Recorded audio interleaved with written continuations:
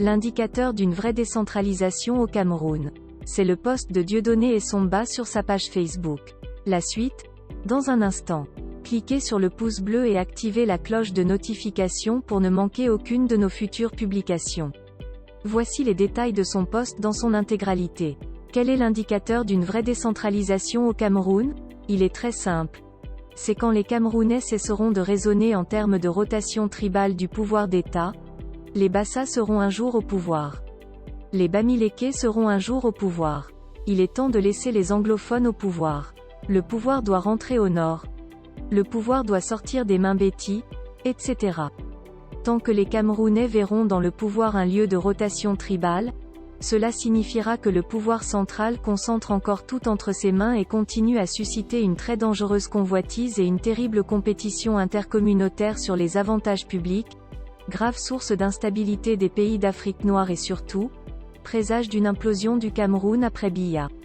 Ces camps d'authentiques pouvoirs seront réellement transférés aux régions, avec un chef d'État limité à des missions d'organisation stratégique que le pouvoir central cessera d'intéresser les populations dans une perspective de privilèges spécifiquement communautaires, et qu'elles se mettront à chercher pour Etoudi, non pas le frère, mais celui qui va structurer le développement du pays.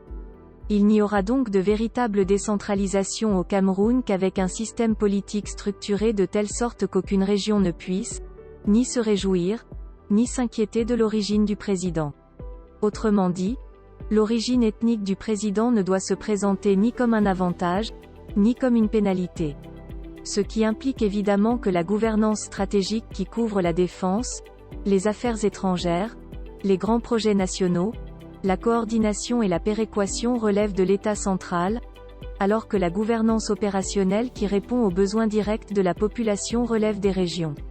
Du point de vue budgétaire, cela signifie que le budget de l'État est partagé en deux, une moitié pour l'État central, et une moitié pour les régions, ou États régionaux, fédérés, chacun gérant sa part de manière souveraine.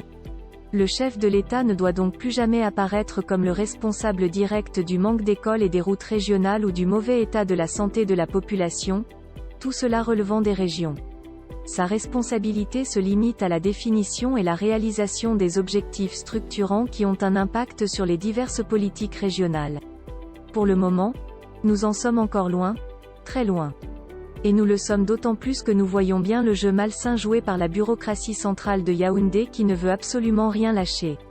Elle fait juste semblant de céder à travers une décentralisation en trompe-l'œil, en caressant la folle espérance qu'il y aura un jour où leur pseudo-idéologie de l'unité nationale va revenir en force, et leur permettre de récupérer ces anciens privilèges de gestionnaire exclusif des 5000 milliards collectifs.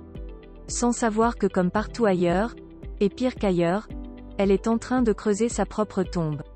Car, si le Cameroun n'est pas fédéralisé sous Biya, si ce monsieur part en laissant ce pouvoir en l'état, sa succession va se jouer à la machette. Veuillez prendre 3 secondes pour liker la vidéo et la partager. N'oubliez pas de vous abonner à la chaîne YouTube Camer TV Info. À bientôt pour de nouvelles publications. #End. Anglophone génocide.